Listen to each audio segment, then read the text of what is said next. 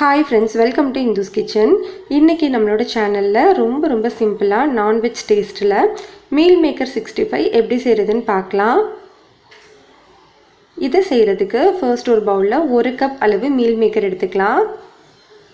1 cup மீல்மேக்கருக்கு 2 ல இருந்து 2.5 cup அளவு சூடான தண்ணி சேர்த்துக்கோங்க.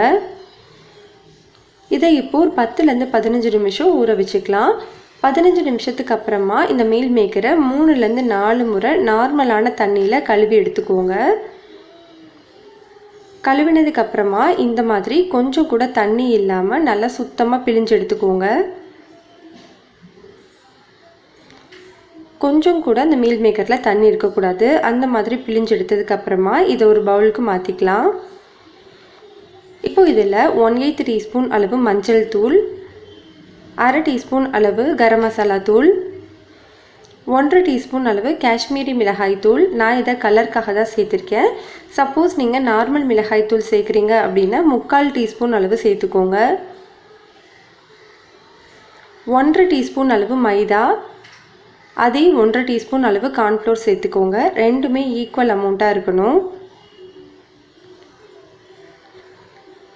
மீல்மேக்கர் 65க்கு தேவையான அளவு உப்பு, 1 டீஸ்பூன் அளவு இஞ்சி பூண்டு பேஸ்ட் சேர்த்துக்கலாம். இப்போ இதை ஃபர்ஸ்ட் எதுவும் தண்ணி சேர்க்காம நல்லா மிக்ஸ் பண்ணி விட்டுக்கோங்க. நல்லா மிக்ஸ் பண்ணதுக்கப்புறமா 1 ல இருந்து 2 டேபிள் ஸ்பூன் அளவு தண்ணி தேவைப்பட்டால் மட்டும் சேர்த்து பிசைஞ்சு வச்சுக்கோங்க. மசாலா எல்லாமே மீல்மேக்கரில் நல்லா கோட்டாயிருக்கணும். இப்போ இதை ஒரு 5 நிமிஷம் அப்படியே விட்டுருங்க. 5 நிமிஷத்துக்கு அப்புறமா நல்லா சூடான எண்ணெயில் நம்ம இதை பொரிச்சு எடுத்துக்கலாம். ஸ்டவ்வை மீடியம் ஹீட்டில் வச்சுட்டு வேக வச்சுக்கோங்க. முக்கியமான டிப்ஸ் என்ன அப்படின்னா, மீல் மேக்கர் ரொம்ப நேரம் வேகக்கூடாது. ரொம்ப நேரம் வெந்துச்சு அப்படின்னா அது ஹார்ட் ஆயிரும், சாப்பிட நல்லா இருக்காது.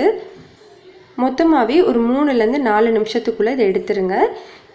இறக்குறதுக்கு முன்னாடி நம்ம கொஞ்சமாக கறிவேப்பிலை இலைகளை தூவிட்டு அதையும் பொரிய விட்டுட்டு எடுத்துக்கலாம். அப்போ நல்லா டேஸ்ட்டாக இருக்கும். அவ்வளோதான், நம்மளுக்கு ரொம்ப சிம்பிளான டேஸ்டான மீல்மேக்கர் 65 ரெடி ஆகிடுச்சு. இந்த ரெசிபி உங்களுக்கு பிடிச்சிருந்ததுன்னா லைக் பண்ணுங்கள், ஷேர் பண்ணுங்கள், கமெண்ட் பண்ணுங்கள். மறக்காமல் நம்ம சேனலை சப்ஸ்கிரைப் பண்ணிக்கோங்க.